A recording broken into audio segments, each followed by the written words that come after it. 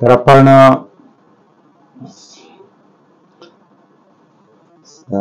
जागृतीच्या कार्यशाळेच्या दुसऱ्या दिवसामध्ये आपण प्रवेश केलाय. आज 24 तास झाले आपल्याला सुरुवात करून. आज हा दुसरा दिवस आहे.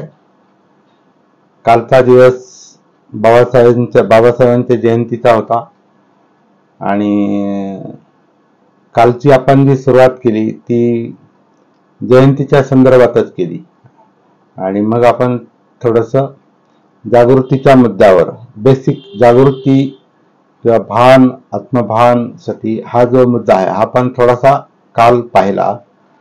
आपण खऱ्या अर्थाने आजपासून सुरुवात करणार आहोत. कालचा दिवस थोडासा धक्काबुक्कीचा होता. धक्काबुक्कीचा म्हणण्यापेक्षा धावपळीचा. जयंतीच्या याच्यात थोडस निमित्तानं शहरात जाणं झालं. ऊनही थोडस बाधलं आणि तरी पण एक चांगली आहे मनोवस्था आणि आजच्या सत्राचा आपला मूड पण चांगला आहे. रोज आपण या 29 दिवसाच्या या कार्यशाळेमध्ये कालचा एक दिवस गेला, आजपासून 28 दिवस आहेत आता शिल्लक आपल्याला. आणि 28 दिवसामध्ये 28 दिवस म्हणजे जयंती ते जयंती, बाबासाहेबांची जयंती ते बुद्ध जयंती, या आता जो 28 दिवसांचा जो हा काळ आहे हा पण जागृतीच्या प्रॅक्टिसचा काळ असं समजू, सती साधनेच्या प्रॅक्टिसचा काळ म्हणून आपण याला समर्पित करणार आहोत. आणि याचं कारण आपण काल पाहिलेलं आहे की बुद्ध आणि बाबासाहेब या दोन जागृत शक्ती आहेत आणि म्हणजे त्यांच्या हयातीत त्यांनी ती जागृतीची फार उच्च अवस्था गाठलेली आहे. आणि बुद्ध तर सम्यक संबुद्ध म्हणजे संपूर्ण जागृत असंच त्यांना म्हटलं जातं. तर त्यांनी ती परिपूर्ण जागृतीची अवस्था साध्य केली आणि जागृतीच्या आधारित त्यांना त्यांच्या जीवनाचा जो यातनांचा, दुःखांचा जो बेसिक प्रश्न असतो मनुष्य जीवनाचा आणि प्राणी जीवनाचा, जो जन्मतःच असतो, तो जन्मापासून मृत्यूपर्यंत दुःख हे बरोबरच असतं. आणि तो दुःख हा सामान्य लोकांचा शोधाचा मुद्दा नसतो. सामान्य माणसाचा दुःख हा म्हणजे दुःख का आहे म्हणजे मुळात आहे हेच लक्षात येत नाही आणि असलं तर का आहे हे लक्षात येत नाही. लक्षात आलं तर निवारण कसं करायचं लक्षात येत नाही आणि निवारण करायचं ठरवलं तर कोणत्या मार्गाने करायचं हे लक्षात येत नाही. म्हणजे सामान्य माणसाची अवस्था ही अशी असते आणि त्याचं मुख्य कारण हे असतं की सामान्य माणसाला हे जीवनाचं किंवा जगण्याचं भान नसतं, सती नसते. त्यामुळे त्याला जीवनाचा प्रश्नच लक्षात येत नाही आणि तो सोडवायचा प्रश्नच नाही. तर बुद्धांच्या ही जी गोष्ट लक्षात आलेली आहे की मनुष्य जीवनाचा हा यातनांचा, दुःखाचा, एकटेपणाचा, इनसिक्युरिटीचा, असुरक्षितता, मनुष्य आणि प्राणी यांच्या जीवनाचं एक महत्वाचं लक्षण म्हणजे मनुष्य आणि प्राणी नेहमी असुरक्षित फील करतो.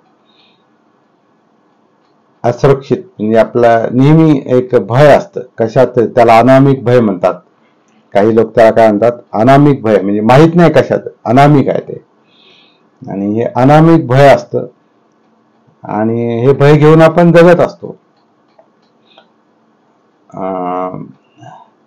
बुद्धांना ते अनामिक भय हाच विषय सापडला होता, हाच विषय त्यांनी बनवला होता. अनामिक भय जे जन्माबरोबर चाललेलं आहे, माहित नाही काय पण काहीतरी आहे. कायम आपण काहीतरी त्यालाच आपण प्रेशर किंवा मनावरचा दबाव म्हणतो, त्याचा शरीरावरचा दबाव म्हणतो, अस्थिरता, अस्वस्थता, हे सगळं इनसिक्युरिटीचं दुःख आहे. असुरक्षितता. कारण आपण जिवंत आहोत म्हणजे आपल्यामध्ये जीव आहे, प्राण आहे आणि प्राण हा नेहमी जीव हा नेहमी अस्तित्व टिकवून ठेवण्यासाठी प्रयत्न करत असतो, म्हणजे जगण्यासाठी. ज्याला आपण जगणं म्हणतो ते अस्तित्व टिकवून ठेवण्याचा प्रयत्न असतो. आणि अस्तित्व टिकवून ठेवायचं म्हणजे काय, की याला जाऊ द्यायचं नाही, म्हणजेच आपल्याला मरायचं नाही, आपल्याला मृत्यू नकोय. आणि ते सगळ्यात मोठं भय आहे. आणि मृत्यू नको आहे म्हणतोय म्हणून स्वतःला वाचवण्याचा प्रत्येक मनुष्य आणि प्राणी, म्हणजे तो अगदी किडामुंगी असो नाही तर प्रगत मनुष्य जात असो, मनुष्य असो, जगण्यासाठी, अस्तित्व टिकवून ठेवण्यासाठी, न मरण्यासाठी सगळं चाललेलं असतं की आपल्याला जायचं. म्हणून भय असतं. ते भय का असतं, तर ते आतून वाटतं की हे जाईल. तर हे यालाच बुद्धानं अस्तित्वाबद्दलचं अज्ञान म्हटलेलं आहे. ते अज्ञानाचं भय आहे की हे अस्तित्व, हे जीवन, हे दुःख, हे इनसिक्युरिटी, ही असुरक्षितता, हे भय, हा एकटेपणा, हे टेन्शन, प्रेशर, हे का आहे हे कळत नाही. जाणवतं पण कळत नाही. आणि कळत नाही म्हणूनच माणूस ते टाळायला पाहतो. आणि मग आनंदासाठी, सुखाचं कोणतीही संधी सोडत नाही माणूस. आनंद मिळण्याची कोणतीही संधी सोडत नाही. आणि म्हणून मनोरंजनाची इतकी सारी साधनं का निर्माण झाली, तर त्याचं कारण हेच आहे की माणसाला म्हणजे मानसिक स्थैर्य नाही. तो कुठेतरी मन त्याचं एंगेज राहायला पाहतं. या भयापासून, असुरक्षिततेपासून, एकटेपणापासून, बोर्डम आपण ज्याला म्हणतो ना, बोर होतं, बरोबर. करमत नाही म्हणजे काय, ते अस्वस्थताच आहे ती. आता म्हणजे मूड नाही म्हणतो आपण, मूड नाही, करमत नाही, काय कळत नाही काय झालं, पण काय व्यवस्थित वाटत नाही. म्हणजे काहीतरी कमतरता जी आहे, कमी आहे, त्याच्यातून सुटका करून घेण्यासाठी मनुष्य कुठेतरी एंगेज व्हायला पाहतो. माणसाचं एंगेज व्हायला पाहतात. पण ह्याच्या पाठीमागची जी काही मानसिकता आहे ती आपल्यातलं भय आहे, अनामिक भय आहे.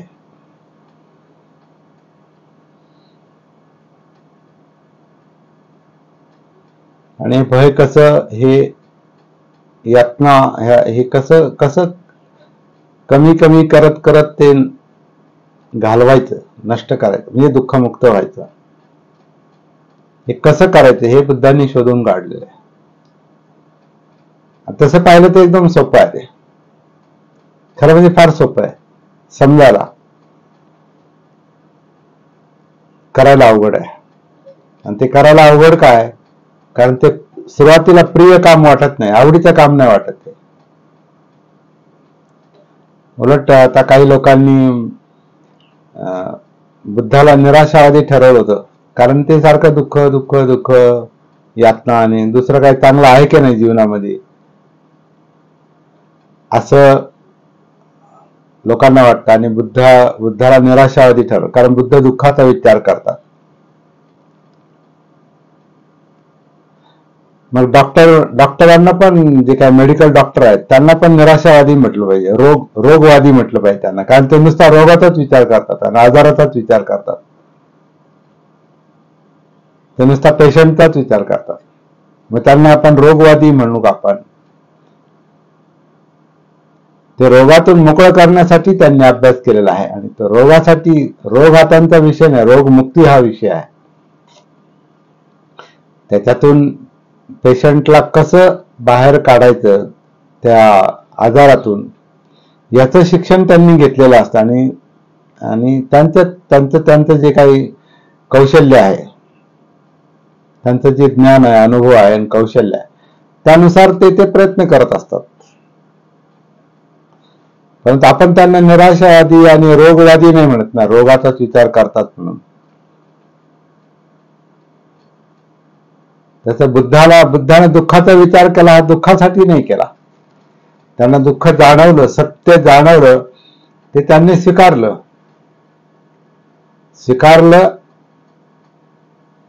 त्याच्याशी ते जणू काही एकरूप झाले की हा प्रश्न जो आहे तो सोडवायचा आहे. हा प्रश्न सोडवायचा, एक्झिस्टेन्शियल पेन म्हटलंय त्याला. म्हणजे अस्तित्व हेच दुःख आहे, म्हणजे सत्य आहे. सत्यच म्हटलं त्याला, आर्य सत्य. आपण 4 आर्य सत्य म्हणतो ना, सत्य आहे. तर ते सत्य तेव्हा सत्य असतं जेव्हा आपण ते स्वीकारतो. आणि जेव्हा आपण सत्य नाकारतो तेव्हा आपल्याला सत्य ते पचत नाही, किंवा ते जड जातं, किंवा ते आपल्याला त्याचं स्वरूप समजत नाही, म्हणून ती निराशा येते. त्यामुळे बुद्धांना निराशावादी ज्यांनी ठरवलं त्यांना बुद्ध समजले नाही. त्याचं कारण असं आहे की जे त्यांना तसं म्हणतात ते स्वतःच्या जीवनाच्या संपर्कात नाहीत.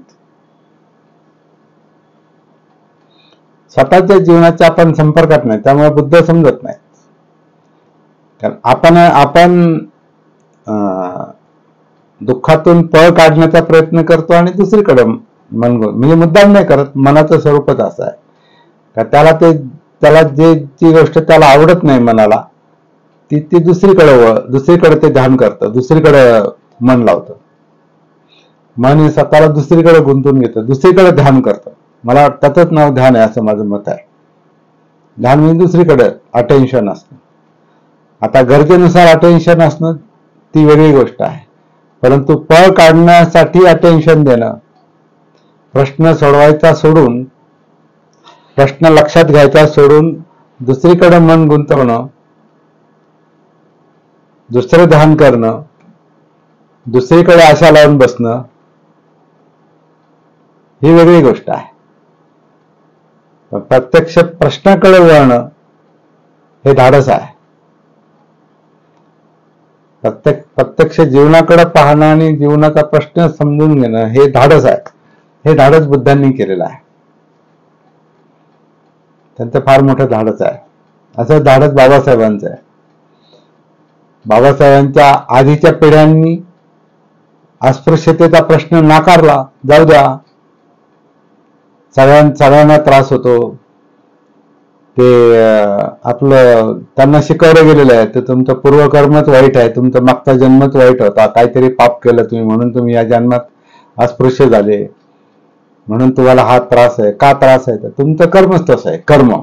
मग ते कर्म, नशीब हे मान्य केल्यामुळं ते अन्य अत्याचार भोगत राहिले, अस्पृश्यता भोगत राहिले, त्रास भोगत राहिले.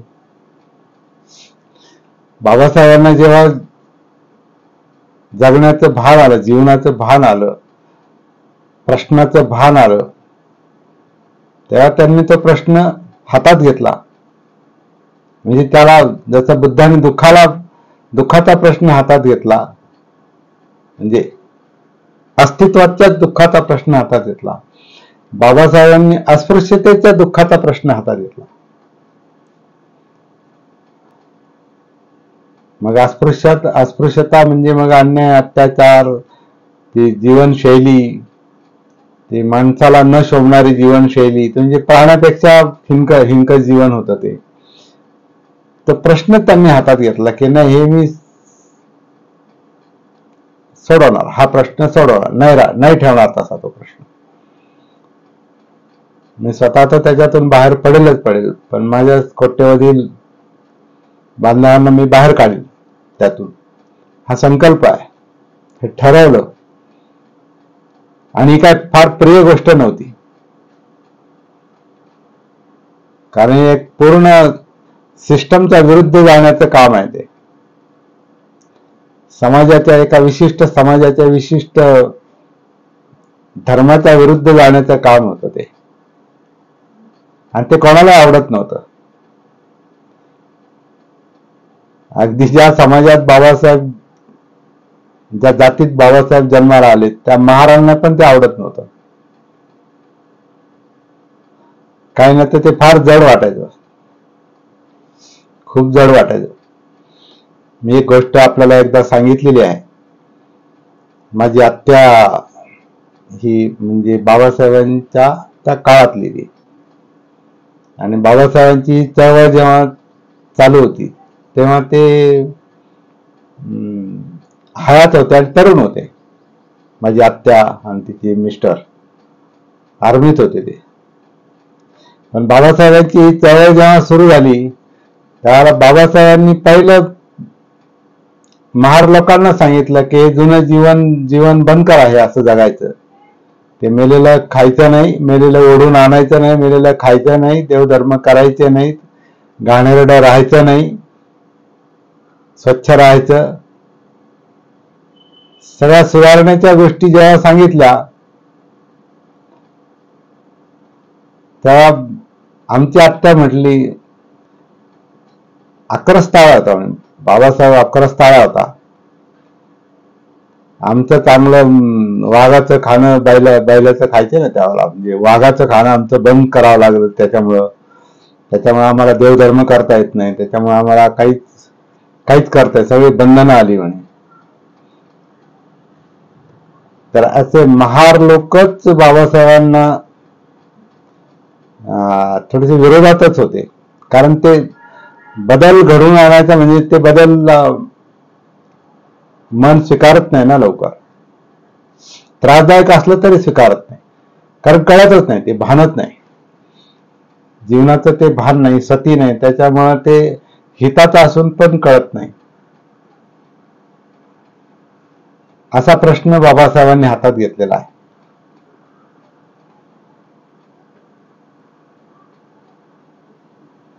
आणि आपल्याला तेच करायचं.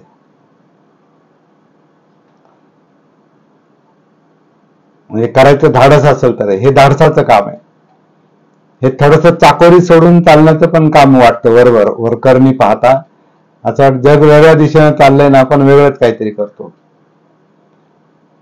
आपण वेगळं काही नाही करत, आपण आपलं जगणं पाहतोय. जसं बुद्धांनी त्यांचं जगणं पाहिलं, जीवनाचं स्वरूप पाहिलं, अस्तित्व पाहिलं. बाबासाहेबांनी जगणं पाहिलं, जगण्याचं स्वरूप पाहिलं, अस्पृश्यता पाहिली, अस्पृश्यतेचे त्रास पाहिले, अन्याय पाहिले, अत्याचार पाहिले, स्वतः भोगले, लोकांचे पाहिले ते प्रश्न हातात घेतला म्हणून तो सोडवला. आपल्याला काही प्रश्न वाटत असेल, आहे ते प्रश्न, फक्त तो त्याच्याकडे पाहायचा प्रश्न. बरं, हे काय सगळं काम सोडून व्यवहार सोडून हे नाही करायचं. असं काही लोकांना वाटतं का ते बुद्धाची चुकीची प्रतिमा उभी केली लोकांनी. बुद्धाला म्हणजे एकदम जणू काही समाजाशी त्यांचा काही संबंधच नाही. ते कधी कधी मला असं वाटतं का बाबासाहेबांनी जे शेवटी 14 ऑक्टोबरला संघं शरणं गच्छामी म्हणणार नाही म्हणे, मी भिक्खू संघाला शरण जाणार नाही, अशी त्यांनी पवित्रा घेतला होता. त्याचं कारण हे होतं की आता भिक्षूंमध्ये बुद्ध धर्म पाहण्याचं जो काय दृष्टिकोन आहे तर चुकीचा असं कधी कधी आता आपल्याला वाटतं. आता आजकाल भिक्षू आपण पाहतो तर काय त्यांच्याकडं कोणाकडे पाहून असं आपल्याला दुःखमुक्तीची प्रेरणा मिळेल आणि आपण ह्या मार्गावर जाऊ असं कुठं दिसत नाही.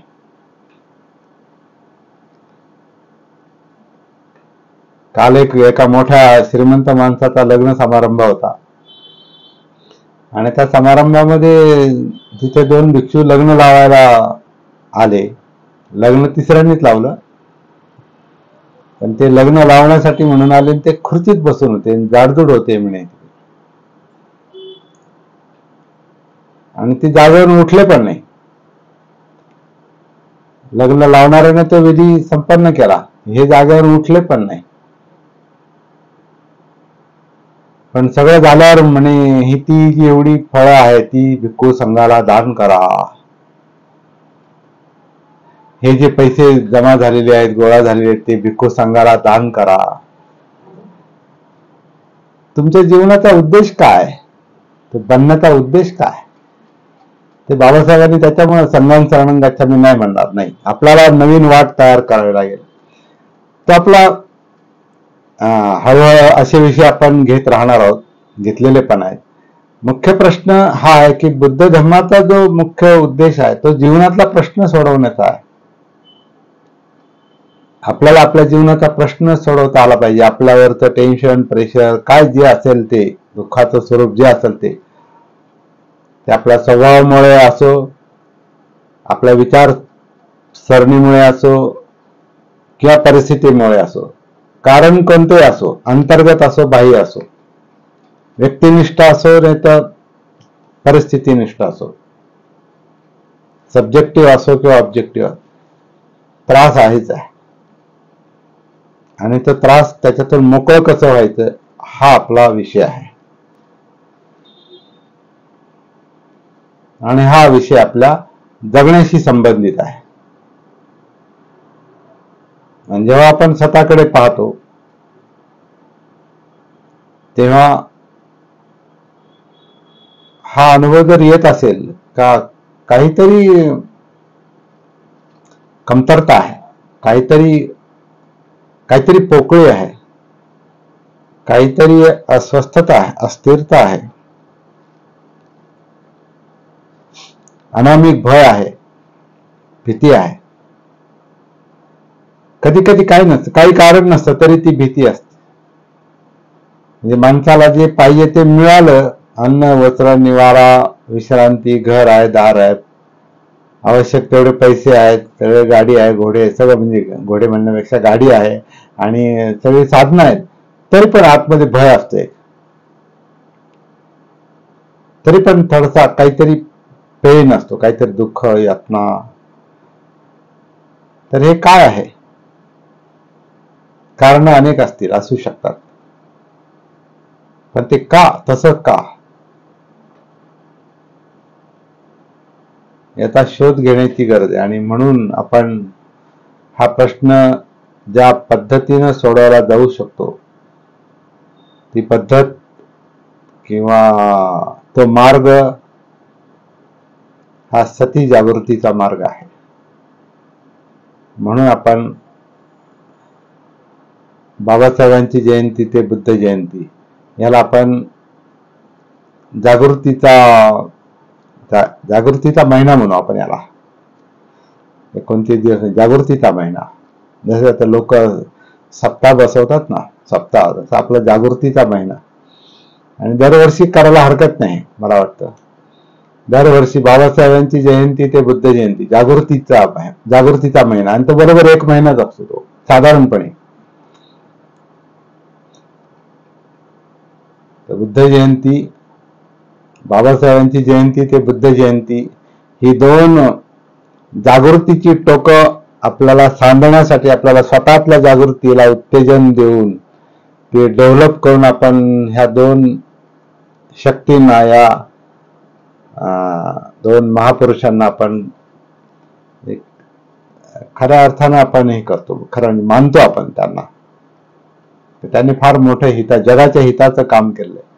पण ते नुसतं मानून जमणार नाही, ते प्रॅक्टिकल करून ते स्वतः पण सिद्ध. बुद्धानं ते सांगितलेलं आहे, स्वतः तुम्ही स्वतःच पहा.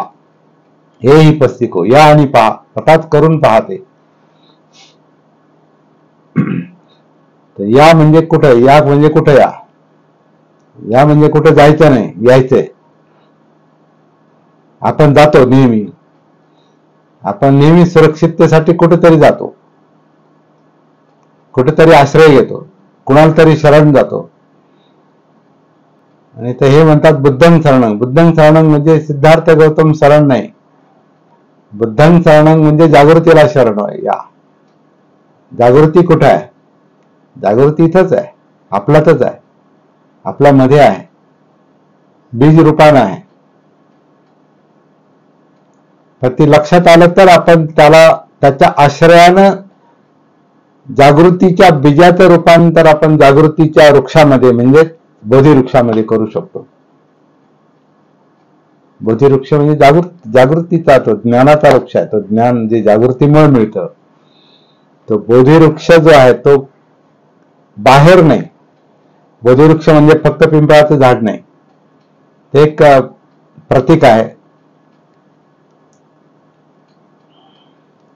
कारण उन्हाळ्यातही ते झाड बहरलेलं असतं, म्हणून ते शांतपणे बसायला चांगलं आहे ते तिथं. आणि बुद्धाच्या काळात ती जंगल संस्कृती पण होती, लोक त्या पद्धतीने जगायचे. तर बोधिवृक्ष म्हणजे हा आपल्यातला आहे, ह्या कायेतला आहे. धम्मं कायेन पश्यति, कायेत धम्म आणि कायेत बोधी आणि कायेत बोधिवृक्ष आहे. आणि त्या बोधिवृक्षाचं जे कोणताही वृक्ष हा बीजातून निर्माण होतो, ते जागृतीचं बीज आपल्यामध्येच आहे. हे बुद्धांनी लक्षात आणून दिलं. म्हणून आत्ता दीप भव, स्वतःच ते पेटवा, तो दीप, तो दीप पेटवा किंवा स्वतःला द्वीप बनवा. आयलँड, आयलँड म्हणजे ज्याला आपण बेट म्हणतो. बेट हे सागरामध्ये असतं किंवा जलाशयामध्ये असतं. आणि बेट जसं किती लाटा उफाळल्या तरी ते बेट जागेवर हलत नाही, तसं स्वतःला द्वीप बनवा. द्वीप म्हणजे बेट, आयलँड, किंवा दीप म्हणजे प्रकाश. तर स्वतः मधलं ते जागृतीचा, बोधीचा जो दीप आहे तो प्रज्वलित करायचा आहे. आणि स्वतःमधलं जे जागृतीचं बीज आहे त्या बीजालाच खत पाणी घालून त्याला संपूर्ण, त्या जागृतीला संपूर्ण कायेमध्ये टॉप टू बॉटम ती सती जागृती कशी डेव्हलप होईल, विस्तारत जाईल आणि झिरपल, हे बघायचं आहे. साहजिकच हे करायचं असेल तर जिथं बीज आहे तिथं जाता आलं पाहिजे. ते बीज, आपल्यातलं बीज आपल्याला सापडलं पाहिजे, ते लक्षात आलं पाहिजे.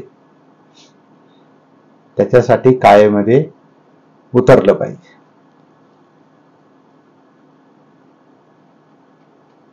आणि आपला जो मुख्य प्रश्न आहे तो कायेत उतरण्याचा आहे. या जिवंत अस्तित्वाशी संपर्क प्रस्थापित करण्याचा आहे. कारण त्याच्यामध्ये सगळं दुःख, यातना, एकटेपणा, भय, अनामित भय काय आहे ते त्याच्यातच आहे. आणि तो प्रश्न सोडवण्यासाठी त्याच्यात उतरायला पाहिजे.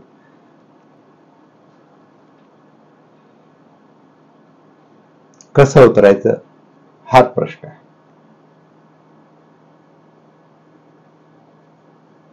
काल मी जे सुरुवात केली बोलायला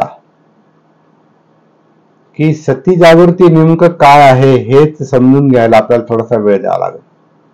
नेमकं काय करायचंय, ते काय करायचंय हे लक्षात आल्याशिवाय आपल्याला ते कसं करायचं हे नाही लक्षात येत. काय करायचं नाही. आणि मला वाटतं आपण आता इतक्या वेळ जी चर्चा करतोय, आपण सगळं फिरून आपण कुठे आलो? स्वतःमध्ये आलो. स्वतःमध्ये आलो की नाही तो नाही, पण स्वतःकडे आलो. स्वतःकडे आलो, आता स्वतःमध्ये उतरायचं.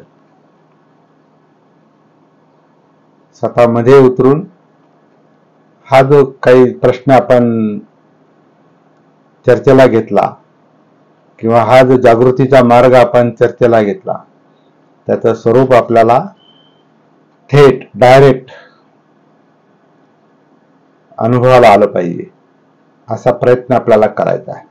जागृतीच्या ज्या मेथड आहेत ह्या सर्वसाधारणपणे जसं आपण आधी पाहिलेलं आहे की इनडायरेक्ट मेथड आहे आणि डायरेक्ट मेथड आहे. डायरेक्ट बघा किंवा मग इनडायरेक्टली, आता आपण जे डिस्कशन केलं ही इनडायरेक्ट मेथड आहे. आपण परिस्थितीबद्दल विचार करत करत करत करत करत आपण ऑब्जेक्ट मधून आपण सब्जेक्ट मध्ये आलो, स्वतःकडे आलो, म्हणजे बाहेरून आत आलो. आता आतमध्ये संशोधन करून आपल्याला बाहेर परत जेव्हा जायचंय, जगामध्ये काम करायचंय, तोपर्यंत आपण आतमध्ये अडकून पडणार आहे अशातला भाग नाही. हे चालता बोलता चालणारं काम आहे. चालता बोलता चालणारं काम आहे.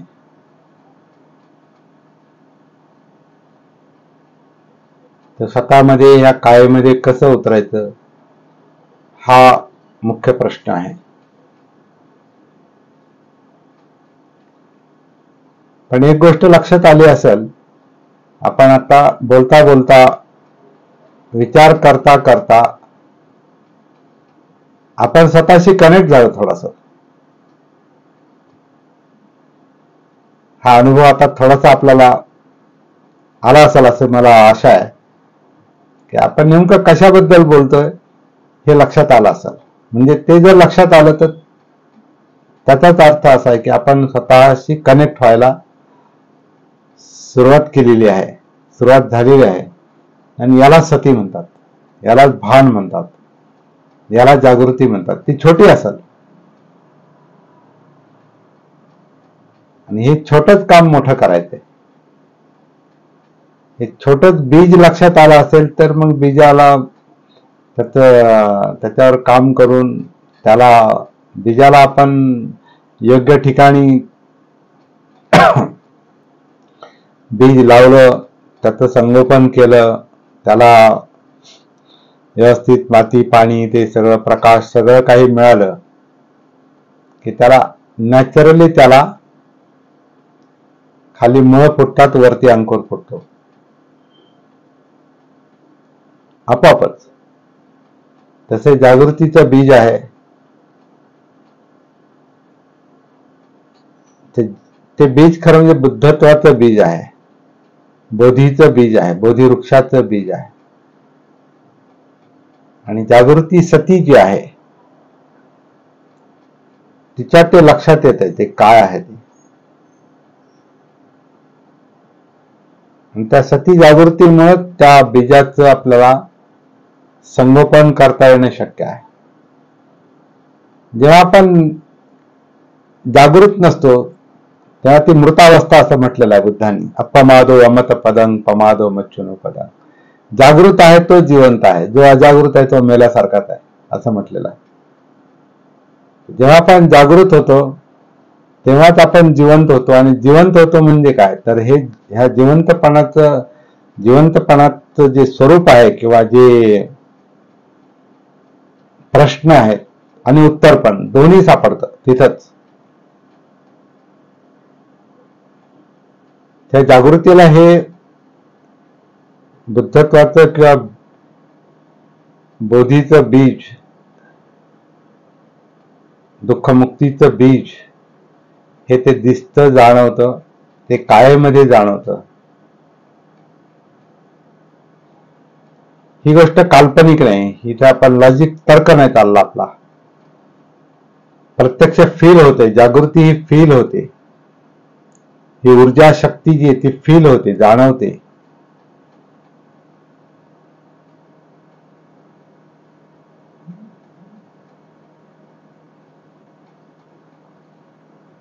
त्याला आणखीन सखोल न्यायचं असेल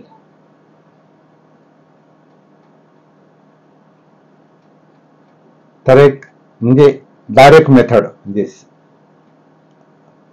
आता थेट काम करायचंय, उतरून थेट काम करायचं, आतमध्ये थेट काम करायचं. तर काय करायचं, त्याची काय पद्धत असू शकते किंवा त्याचं काय स्वरूप असू शकतं हे बुद्धांच्या सांगण्यानुसार ते लक्षात घ्यायचंय.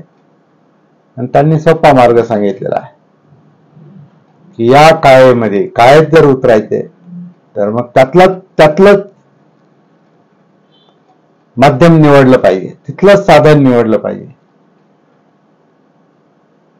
आणि ते साधन म्हणजे खरं म्हणजे जिवंतपणा आहे, हालचाली आहेत, काळातल्या हालचाली आहेत. पण त्या सगळ्या हालचाली एकदम आपण पाहू शकत नाही, कारण खूप काय हालतं, विचार प्रक्रिया चालली, आपलं चित्त पळापळ करतंय, आपल्या शरीरामध्ये अनेक गोष्टी, अनेक जाणीवा आहेत, अनेक सिस्टम काम करतात. सगळ्या हालचालीच आहेत, गती आहे सगळी आतमध्ये. सगळ्यात सुपरफास्ट गती आपल्या मनाची आहे, विचार प्रक्रियेची आहे. तर सगळ्या गतीच आहेत आतमध्ये. तर ह्या गतीमध्ये सती उतरली पाहिजे, असा आपला एक सूत्र आहे प्रॅक्टिसचं. गतीमध्ये सती उतरली पाहिजे. पण एकदम जशी आपण एखादी फास्ट गाडी आपण पकडू शकत नाही, गाडी पळती आणि आपण पकडू असं होऊ शकत नाही. ज्यांनी चालती गाडी पकडण्याचा प्रयत्न केलेला असेल किंवा आपलं साधं उदाहरण, सायकलवर जरी आपल्याला डबल सीट बसायचं समजा, जर डबल सीट बसायचं स्वतः हे करा, स्वतः चालवा. त्या सायकलला गती असल्याशिवाय तुम्ही त्या सायकलवर स्वार नाही होऊ शकत. किंवा वर बसलं, सायकलवर बसलं आपण, दोन्ही बाजूला समजा पाय टेकवले, तर दोन्ही पाय आपण लगेच पॅडलवर आपण घेऊ शकत नाही, तोल सांभाळता येणार नाही. काय करावं लागतं? सायकलला गती द्यावी लागते. सायकलला गती द्यावी लागते. त्या गतीमध्ये आपल्याला आपला तोल सांभाळावं लागतं किंवा तोल सांभाळायला शिकावं लागतं. किंवा ज्याला डबल सीट बसायचं असतं चालत्या सायकलवर, तर त्या सायकल बरोबर तो थोडासा पळतो आणि चालत्या सायकलवर तो बसतो. किंवा चालती गाडी समजा लोकल असेल वगैरे, आपण तर ते लोकल पकडताना समजा चालती लोकल पकडायची आपल्याला हे झाली, समजा गरज पडली कधी, ज्यांना सराव आहे त्यांच्यासाठी, आता मुंबईवाले आहेत तिथे त्यांना माहिती आहे, चालती गाडी तर तिची मोशन आपल्या आटोक्यातली असेल, तिची गती आपल्या आवाक्यातली असेल, तर आपण त्याच्याबरोबर थोडस पळून आपण त्याच्यामध्ये लगेच चढतो. आपल्या आवाक्याच्या बाहेरची गती असेल तर ते नाही जमत असं. तर ती गती जी आहे ती आपल्या आटोक्यातली पाहिजे, आणि त्या आटोक्यातल्या गतीमध्ये आपल्याला त्याच्यामध्ये आपल्याला गाडीमध्ये आपल्याला प्रवेश करता येतो. गाडी उभी असल्यावर प्रश्नच नाही. पण उभी गाडीचं काय, उभी गाडीच आपल्याला नाही पाहिजे, आपल्याला चालती गाडी पाहिजे. कारण कुठेतरी जायचंय आपल्याला, चालणाऱ्या गाडीमध्ये आपल्याला जायचंय, चालत्या गाडीत जायचंय. हे सगळं उदाहरण का देतो? हे फार समर्पक उदाहरण आपल्या प्रॅक्टिससाठी. आपलं जीवन सुद्धा गती आहे, आपलं जीवन सुद्धा गती आहे. आणि ह्याच्यामध्ये ज्या मगाशी जे म्हटलो मी, ह्याच्यामध्ये अनेक प्रकारच्या गती आहेत. म्हणजे काळेची गती आहे, जाणीवांची गती आहे, चित्ताची गती आहे, म्हणजे इमोशन्स, इच्छा, तृष्णा, आकांक्षा, हे पाहिजे ते पाहिजे, असं नको तसं नको, इतकं पाहिजे तितकं पाहिजे, आहे ते राहिलं पाहिजे. हे ज्या इच्छा, आकांक्षा, तृष्णा, इमोशन्स ज्या आहेत, हे जे चित्त आहे, हे चित्त फार गुंतागुंतीच्या गतीचं आहे,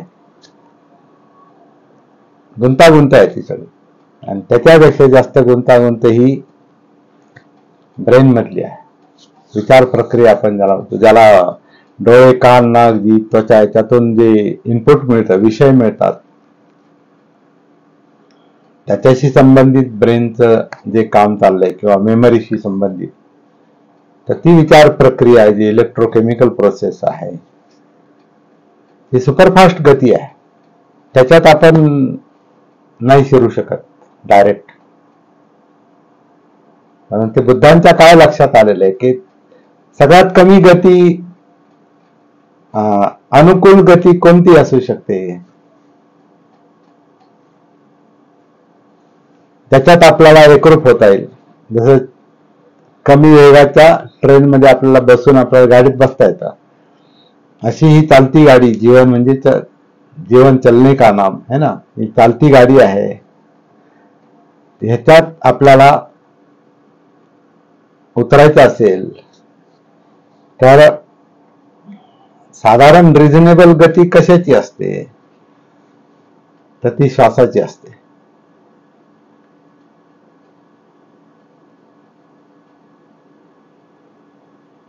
आपलं शरीर आतून आतमध्ये श्वास घेतं, श्वास बाहेरून आत येत नाही, आतून आत श्वास घेतं. आणि याला काही करायची गरज नाही. श्वास घ्यायचे, श्वास सोडल्यावर श्वास जाणवतो असं काही नाही. आपण काही नाही केलं तरी तो चालू आहे, आपलं फक्त लक्ष नसतं तिथे, एवढंच. आपण त्याच्याशी कनेक्टेड नाही, त्याच्यामुळे तो श्वास आपल्याला जाणवत नाही. पण जेव्हाच आपल्याला आता हा जागृतीचा विषय जेव्हा आपण हातात घेतो आणि श्वासाच्या पातळीवरची जागृती असता, ज्याला आपण आनापानसती म्हणतो, हा आनापान सतीचा विषय जेव्हा आपण हातात घेतो तेव्हा आन आणि अपान जाणवायला सुरुवात होते खऱ्या अर्थाने. नाहीतर तो असा जन्मापासून चाललेला आहे आणि मरेपर्यंत चालणार आहे, पण आपल्याला नाही माहिती काय चाललंय त्याचं. तर या जीवनाच्या संपर्कात येण्यासाठी, कायेच्या संपर्कात येण्यासाठी आपल्याला सगळ्यात कमी गती जी आहे ती श्वासाची गती. ती पण अशी गुंतागुंतीचीच आहे, कारण श्वास काय एकसारखा चालत नाही. पण एक रिझनेबल म्हणजे एक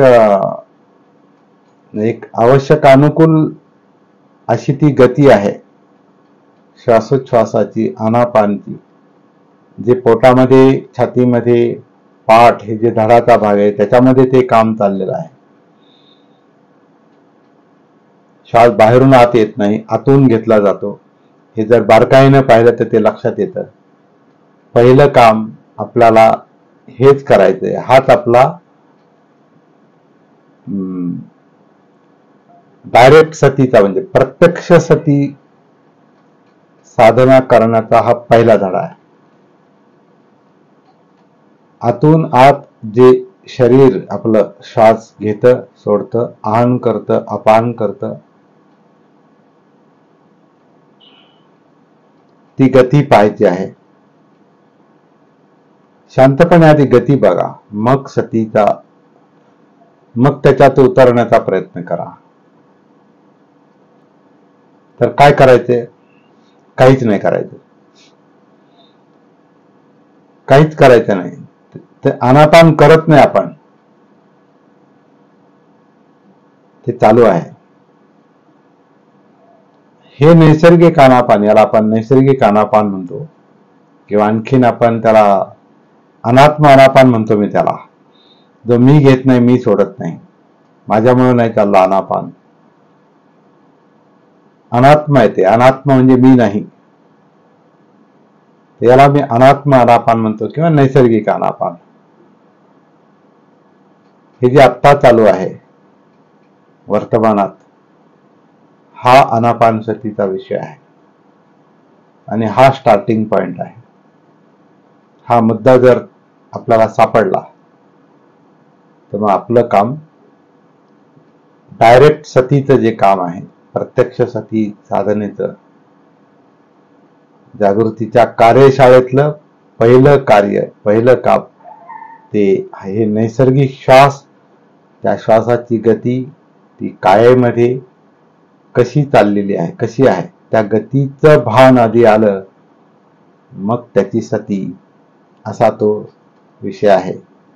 एवढीच गोष्ट मला आज सांगायची होती. आता प्रॅक्टिस ज्याला त्याला करायची आहे, ती कशी करायची ते ज्यानं त्यानं ठरवायचं. तुम्ही डोळे बंद करून करा, नाहीतर डोळे उघडे ठेवून करा.